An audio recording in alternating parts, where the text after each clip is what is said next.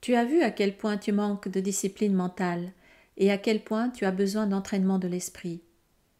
Il est nécessaire que tu en sois conscient, car c'est certes une entrave à ton avancement. Bonjour à tous. Dans ma dernière vidéo que j'ai intitulée « Les deux alignements, celui du pardon et celui de l'ego », je disais que le processus du pardon véritable est un processus mental. Je disais que c'est dans notre esprit que tout commence, et donc que la pensée est la cause de tout ce qui nous arrive. Bien sûr, si je présentais les choses comme ça, c'est parce que c'est ce que Jésus nous dit dans un cours en miracle. Un cours en miracle nous parle de deux systèmes de pensée. Ces deux systèmes de pensée sont celui de l'ego et celui du Saint-Esprit, et ils sont tous les deux dans notre esprit.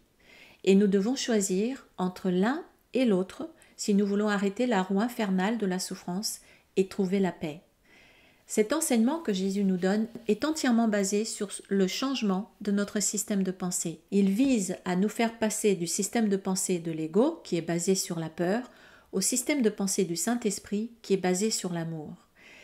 J'ai intitulé cette vidéo-ci « Le pardon quantique est un processus mental » parce que je souhaite expliquer ici pourquoi parfois j'appelle le pardon véritable le pardon quantique. Et je souhaite aussi reparler du mental parce qu'il y a comme une sorte de guerre contre le mental qui tourne tout autour du monde et qui maintient le monde dans une prison mentale. J'ai fait une vidéo où j'en parle déjà, mais je veux développer un peu plus ici parce que c'est quelque chose qui est essentiel dans l'enseignement d'un cours en miracle. Et c'est aussi essentiel pour nous. Le mental et toutes les théories à propos du mental sont devenues un gros sujet dans notre société et le mental est désigné comme étant vraiment le coupable sur le chemin spirituel, même en psychologie et dans tout le développement personnel et aussi dans les mouvements ésotériques en général. Presque tout le monde semble d'accord pour dire la même chose, le mental est le problème. Mais est-ce que c'est vraiment un accord conscient qui est basé sur la connaissance ou est-ce que c'est plutôt une mouvance vague et confuse qui emporte les esprits dans un aveuglement qui est de plus en plus profond? Nous allons voir qu'à la lumière de ce que nous dit un cours en miracle, cette réputation du mental comme étant l'ennemi à abattre est totalement injustifiée et qu'elle existe pour une raison qui n'est pas du tout en notre faveur. Comme je l'ai dit il y a quelques instants, un cours en miracle est un enseignement qui est entièrement basé sur le système de pensée. Et Jésus nous dit, tout le long de son cours, que tout se passe à partir de notre esprit et dans notre esprit. Absolument tout. La cause de tous nos problèmes se trouve dans notre esprit, ainsi que la résolution de tous nos problèmes aussi. Et en changeant d'esprit, nous pouvons tout changer, c'est-à-dire en changeant de système de pensée. Et pour ça, Jésus nous donne des outils spirituels de haut niveau, dont le plus important est le processus du pardon véritable. Ce type de pardon est radicalement différent de tout ce que nous appelons habituellement le pardon. Ce pardon nous fait passer d'un système de pensée qui est basé sur la peur à un système de pensée qui est basé sur la paix et l'amour. Ce changement dans notre système de pensée nous fait alors passer de la perception fausse, qui est la souffrance et la peur en général, à la perception vraie qui est la paix. Le pardon que Jésus nous enseigne guérit donc notre perception, ce qui change naturellement notre manière d'agir. Le pardon nous fait passer de l'alignement de l'ego, qui entraîne les actions chaotiques que nous voyons partout dans le monde et dans nos vies, à l'alignement du Saint-Esprit, qui entraîne la paix et les actions pacifiées. C'est de ces deux alignements que je parle dans ma dernière vidéo, si vous voulez en savoir davantage. Le pardon produisant les miracles, et les miracles étant des bons quantiques, ce pardon-là est donc un pardon quantique. Avant de parler du mental, je vais expliquer pourquoi parfois j'appelle ce pardon le pardon quantique. Ce type de pardon, en renversant notre système de pensée, nous fait basculer de la perception fausse, qui est globalement la peur et la souffrance, à la perception vraie, qui est globalement la paix. Et c'est en ce sens que c'est un pardon quantique. Ce qui m'intéresse dans le terme quantique, c'est que ça décrit un certain processus qui ressemble à ce que Jésus nous propose dans son cours. Ce qui est quantique obéit aux lois de la mécanique quantique dans laquelle certaines valeurs passent soudainement d'une valeur à une autre valeur, qui est complètement nouvelle et qui n'a plus rien à voir avec la précédente. C'est une nouvelle valeur qui choque le sens commun, parce qu'elle n'a plus rien à voir avec ce à quoi on est habitué et qui nous paraît être sensé. Et c'est exactement ce qui se passe avec le pardon que Jésus nous enseigne. Il nous fait basculer d'un état de souffrance à un état de paix sans aucune logique apparente. Ce processus, qui contient 3 étapes, va même contre tout ce qui nous est enseigné dans le monde concernant le pardon, puisqu'il ne s'applique qu'aux illusions et jamais au réel. Bien sûr, il s'agit de savoir ce qu'est l'illusion et ce qu'est le réel, et Jésus nous l'explique aussi. J'en parle dans mes vidéos, entre autres, rien de ce que tu vois n'est réel, et la haine de soi et les origines de la séparation. Cette manière de procéder et de concevoir les choses, ce processus du pardon qui est si radical et qui renverse tous nos concepts, cette manière de procéder est choquante pour nos esprits habitués à fonctionner selon toutes les programmations mentales qui sont implantées dans notre inconscient, qui sont là depuis notre naissance par l'éducation, l'école, les études, le travail, les médias, la société en général, et même depuis avant cette vie. Et ce pardon, qui est tout à fait hors norme, défait justement toutes nos programmations mentales inconscientes. Quand on le pratique et qu'on le fait tel que Jésus nous l'enseigne dans un courant miracle, on bascule d'un état de conflit intérieur ou de souffrance à un état de paix et ce de plus en plus souvent. Dans un courant miracle, Jésus appelle ce basculement d'une perception à une autre, de la souffrance à la paix, il appelle ça un miracle. J'ai fait une série de vidéos sur les miracles que vous pouvez, si vous le voulez, retrouver dans ma playlist Les miracles. Les miracles sont le résultat de la pratique du processus du pardon que Jésus nous enseigne. Il dit que seul le pardon offre des miracles. Pour en revenir au terme quantique, je cite ici quelques extraits d'un cours en miracle, mais il y en a beaucoup qui vont dans le même sens, où Jésus nous explique ce qui se passe quand on fait des miracles, donc quand on pratique le pardon qu'il nous enseigne. Gardons bien à l'esprit que les miracles sont générés par la pratique du pardon. Et rappelons-nous que seul le pardon offre des miracles. Les miracles transcendent le corps. Ce sont des passages soudains dans l'invisibilité, loin du niveau corporel. C'est pourquoi ils guérissent. Ici, Jésus ne veut pas dire que nous passons de cette dimension à une autre dimension dans laquelle nous ne sommes plus visibles pour les autres. Il veut dire que les miracles, donc le pardon, agissent au niveau invisible en nous et chez les autres, dans notre inconscient, auquel nous n'avons pas accès directement. En ce sens, ils agissent effectivement dans une autre dimension qui ne concerne pas le corps, mais qui a un impact sur le corps. Voici encore ce qui se passe quand nous faisons des miracles, donc quand nous pratiquons le vrai pardon. Le miracle se substitue à un apprentissage qui aurait pu prendre des milliers d'années. Le miracle raccourcit le temps en le comprimant, éliminant ainsi certains intervalles à l'intérieur. Quand tu fais un miracle, j'arrange à la fois l'espace et le temps pour qu'ils s'y ajustent. Et Jésus nous dit aussi ce qui se passe quand on fait des miracles dans les relations. Il faut comprendre toutefois que chaque fois que tu offres un miracle à un autre, tu abrèges votre souffrance à tous les deux. Offrir un miracle à quelqu'un, c'est tout simplement pratiquer le processus du pardon envers cette personne, le processus qu'un courant miracle nous enseigne. Voici encore un autre passage. Le miracle minimise le besoin de temps. Sur le plan longitudinal ou horizontal, la reconnaissance de l'égalité de tous les membres de la filialité semble comporter un temps presque interminable. Toutefois, le miracle entraîne un passage soudain de la perception horizontale à la verticale. Cela introduit un intervalle d'où le donneur et le receveur émergent tous deux plus loin dans le temps qu'il n'en aurait été autrement. Le miracle a ainsi la propriété unique d'abolir le temps, dans la mesure où il rend non nécessaire l'intervalle de temps qu'il couvre. Il n'y a aucune relation entre le temps que prend un miracle et le temps qu'il couvre. On voit ici, sans l'ombre d'un doute, que les miracles, donc le processus du pardon, nous font faire des bonds quantiques en nous faisant passer d'une perception à une autre, d'un état de conscience à un autre, d'une dimension de l'esprit à une autre, d'un monde à un autre. Nous faisons des bonds quantiques parce que les choses commencent à se dérouler en nous d'une manière complètement nouvelle et nous sortons littéralement de tous nos fonctionnements habituels pour entrer dans un nouvel état de conscience, plus paisible, plus vivant, plus naturel. Bien sûr, comme je le rappelle souvent, tout ne devient pas rose du jour au lendemain, parce que l'ego ne va pas se laisser faire. Mais ce n'est pas grave, parce que quand on a commencé, l'issue est garantie. Ce n'est plus qu'une question de temps. Et pour en revenir au pardon dans les relations, pratiquer le processus du pardon quantique dans les relations, ce n'est pas faire quelque chose de spécial, quelque chose de particulier. On peut se sentir inspiré à faire quelque chose, bien sûr, mais ce n'est pas nécessaire. Ce qui compte, c'est ce qui se passe dans notre esprit et dans l'esprit de l'autre ou des autres personnes, parce que c'est là que la guérison se produit. Mais ce qui se passe dans l'esprit des autres n'est pas non plus de notre ressort, mais seulement du ressort du Saint-Esprit ou de Jésus. Nous avons simplement à pratiquer le processus du pardon qu'il nous enseigne.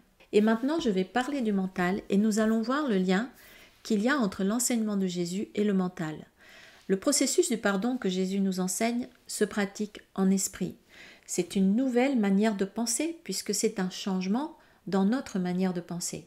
Nous adoptons une nouvelle manière de penser qui n'a plus rien à voir avec nos habitudes. C'est donc dans notre esprit que tout se passe. Voilà pourquoi c'est un processus mental. Voyons donc tout ce que cela implique.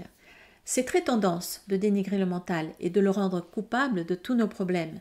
Et il est beaucoup plus facile de surfer sur la vague des tendances plutôt que de prendre un chemin nouveau.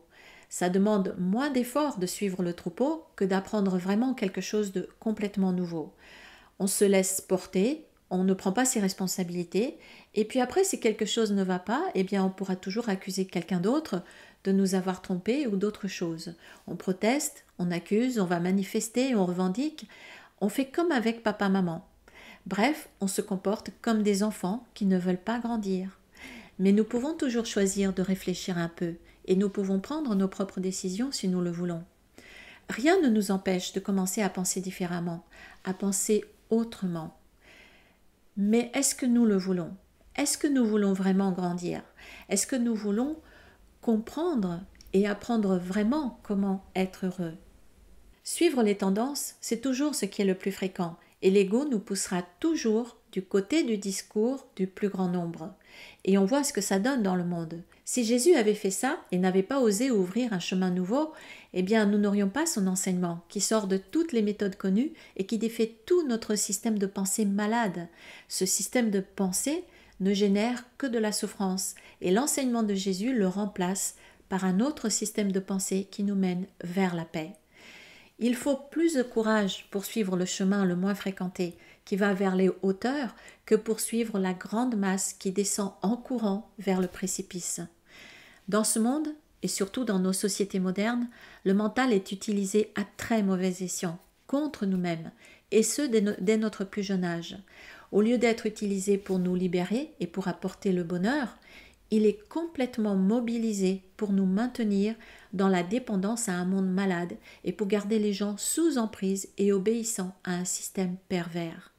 Et ce même système, qui est un système de pensée et qui se trouve à l'intérieur de chacun d'entre nous, ce système qui est l'ego, nous enseigne que le mental est mauvais. Ainsi, il est sûr de maîtriser complètement cet outil à son seul avantage et à notre détriment.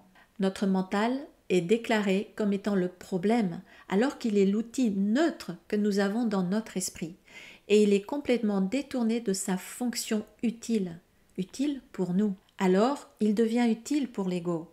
Et pour détourner l'attention du vrai problème, l'ego dit « le coupable, c'est le mental, supprimons le mental ». Mais nous pouvons en reprendre les commandes et l'utiliser pour nous libérer. C'est ce que Jésus nous enseigne dans son cours du début jusqu'à la fin. Il nous enseigne tout en faisant confiance à notre capacité à comprendre, à réfléchir, à penser, puisque tout se passe au niveau de la pensée, et à prendre les décisions qui vont nous libérer de l'esclavage des illusions. Il s'adresse à notre esprit et non à notre cœur. Il s'adresse à la partie de notre esprit qui peut choisir entre l'esprit faux de l'ego et l'esprit juste du Saint-Esprit. Il sait que si nous libérons notre esprit, notre cœur va s'ouvrir et nous allons aimer naturellement. C'est dans cet ordre-là que ça se passe. Jésus lui-même nous parle beaucoup des concepts, et les concepts eux-mêmes sont mentaux. Les concepts ne sont pas du cœur, ils sont de l'esprit, ce sont des idées, c'est mental. Et selon le type de concept que nous adoptons, notre cœur va s'ouvrir ou se fermer. Ne serait-ce que réfléchir, c'est un processus mental. Sans l'esprit, il n'y a plus rien. C'est l'esprit qui aime et c'est l'esprit qui souffre, selon le système de pensée auquel il adhère, bien sûr. Si on adhère au système de pensée que Jésus nous présente et nous enseigne, on accède à la paix de l'esprit et du cœur. Si on adhère au système de pensée de l'ego, alors on souffre. Quand on rejette le mental, c'est qu'on fait une confusion entre l'ego et le mental. L'ego et le mental sont deux choses complètement différentes. Le mental est un mécanisme neutre dans notre esprit, alors que l'ego, c'est la partie de notre esprit qui a peur, c'est notre faux moi, et il n'est pas neutre du tout. Tout chez lui est motivé par la peur, et tout n'est que confusion en lui, et il ne veut jamais notre bien. C'est l'ego qui produit toute cette confusion et qui nous incite à rejeter le mental, parce qu'il sait que c'est par là que nous allons nous libérer de lui, de l'ego, et que nous allons le faire disparaître complètement.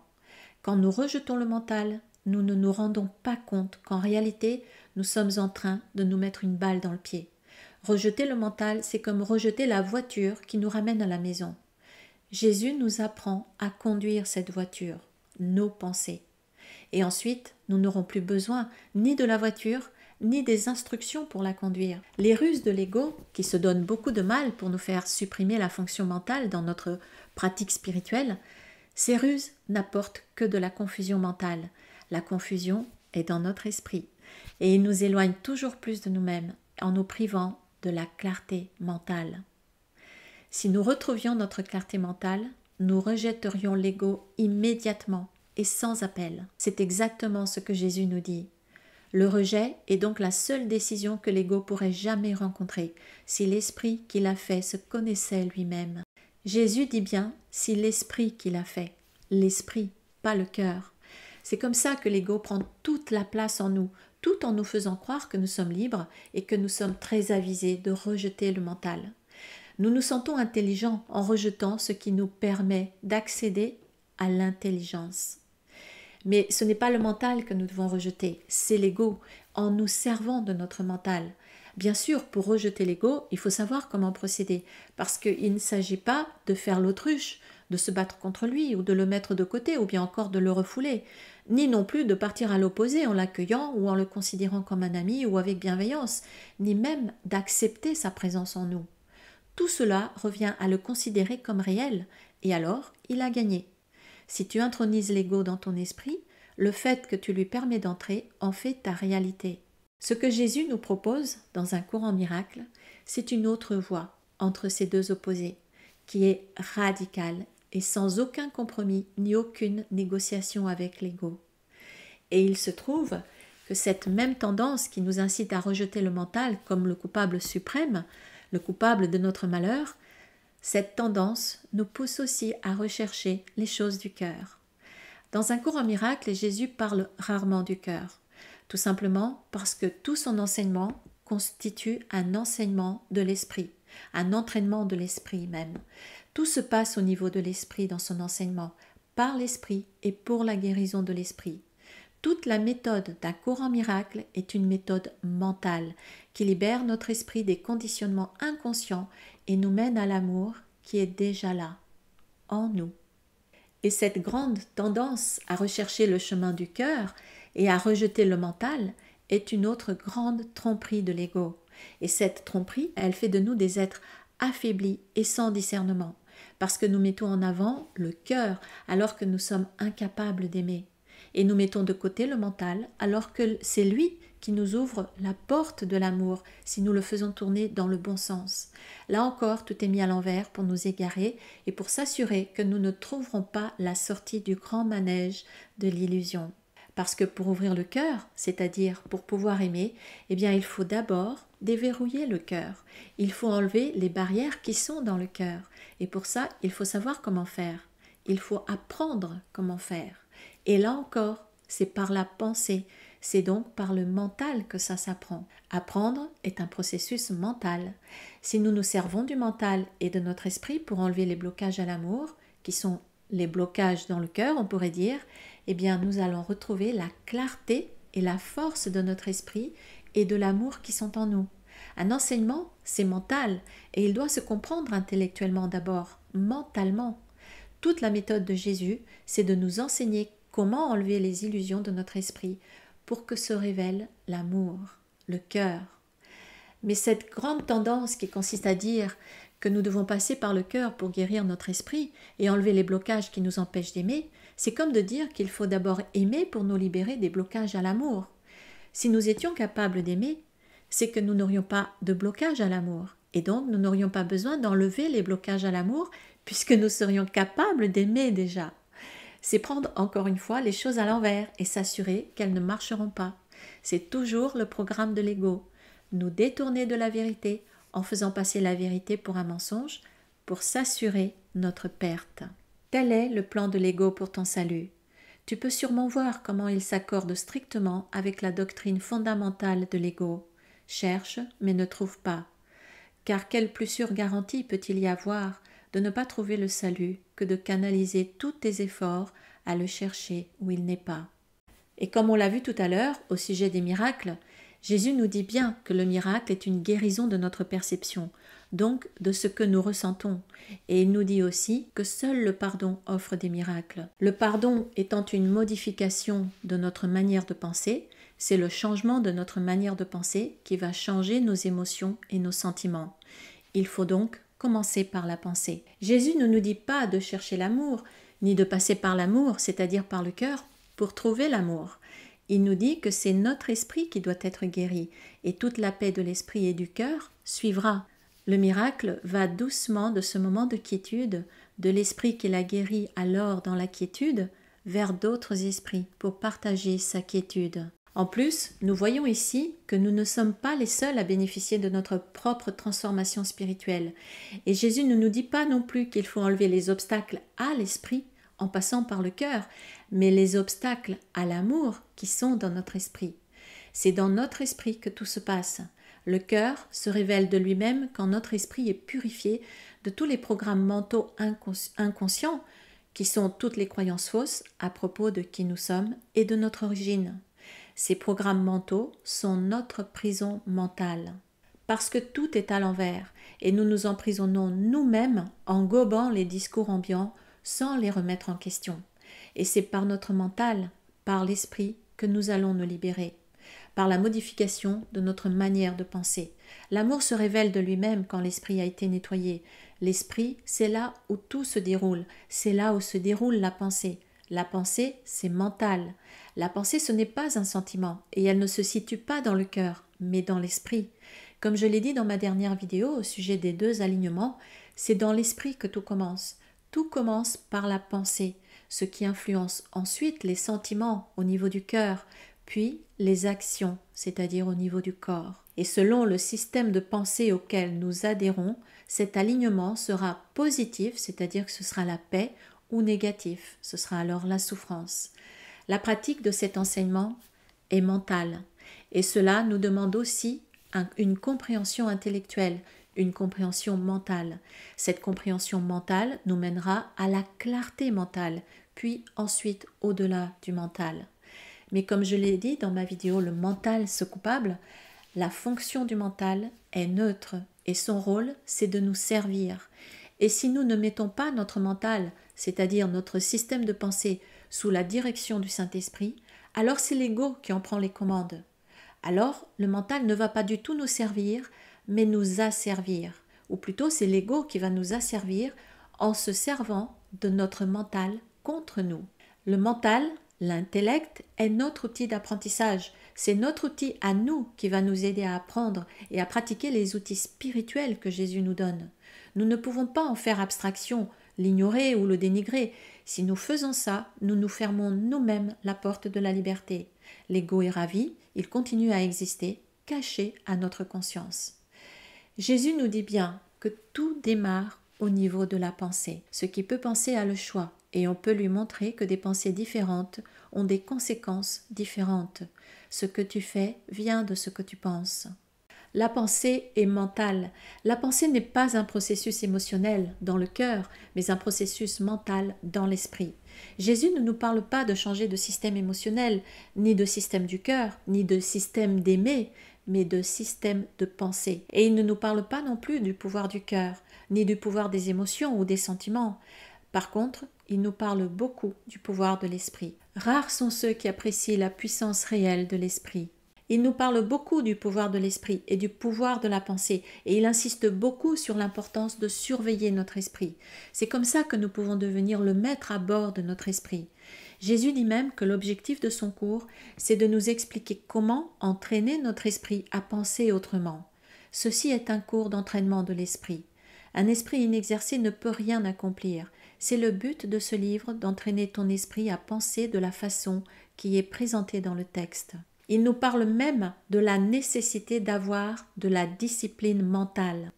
Tu as vu à quel point tu manques de discipline mentale et à quel point tu as besoin d'entraînement de l'esprit. Il est nécessaire que tu en sois conscient, car c'est certes une entrave à ton avancement. Et ici encore, il nous dit combien il est capital que nous changions notre manière de penser si nous voulons nous libérer des ruses et des dictats de l'ego qui nous rend la vie infernale. Peut-être crois-tu être responsable de ce que tu fais, mais point de ce que tu penses. La vérité, c'est que tu es responsable de ce que tu penses, parce que c'est seulement à ce niveau que tu peux choisir. Ce que tu fais vient de ce que tu penses. Jésus ne nous dit pas que la vérité vient de notre cœur, et que c'est au niveau de notre cœur que nous pouvons choisir.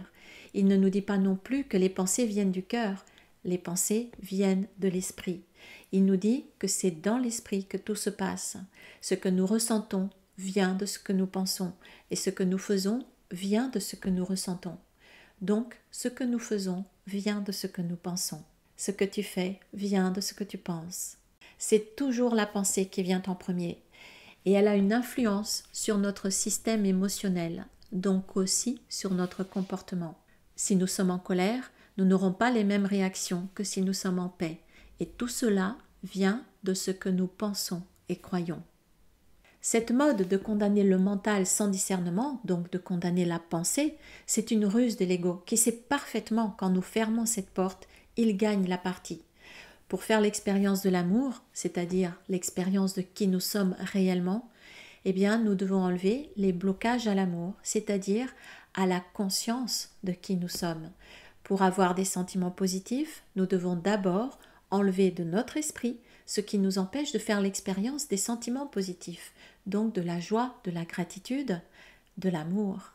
Les blocages étant dans notre esprit, comme nous le dit Jésus, nous devons nous servir de notre esprit pour apprendre comment libérer notre esprit. Nous devons d'abord apprendre et comprendre le matériel spirituel qu'il nous donne si nous voulons suivre et pratiquer son enseignement libérateur. Et ça, c'est mental. Apprendre et comprendre est un travail mental. Ce que nous apprenons mentalement, si nous le comprenons, nous pouvons alors le mettre en pratique sans le déformer. L'enseignement que Jésus nous donne, c'est pas du bricolage, ce sont des choses claires et précises et radicales. Ce qu'il nous donne pour nous libérer des illusions et de la souffrance doit être appris, compris et pratiqué tel qu'il nous l'enseigne, sinon ce n'est plus ce qu'il nous enseigne. Si nous faisons de l'à peu près avec son enseignement, si nous le mélangeons avec des concepts qui existent par ailleurs, nous ne sortons pas des rails automatiques sur lesquels l'ego veut nous garder.